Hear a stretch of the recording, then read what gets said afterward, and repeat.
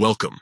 In this video, we'll walk you through the steps to find your interests on X, formerly known as Twitter, using your PC with its latest update. Let's get started. First, open X from your browser. Simply type x.com into the address bar and log into your account if you're not already signed in. Once you're on the home page, look towards the left side of the screen for the navigation menu. Next, locate the More icon in the left side menu. This icon typically appears as 3 dots or ellipses. Click on it to reveal additional options. From here, select Settings and Privacy from the drop-down menu. This will take you to a page where you can manage various aspects of your account. Under this section, click on Privacy and Safety to proceed. Now, look for the option labeled Content You See and click on it.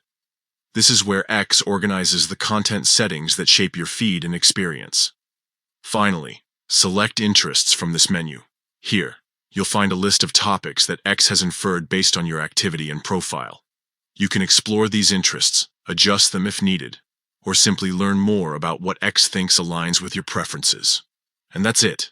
By following these steps, you can easily access and manage your interests on X using your PC. Thank you for watching, and enjoy customizing your experience.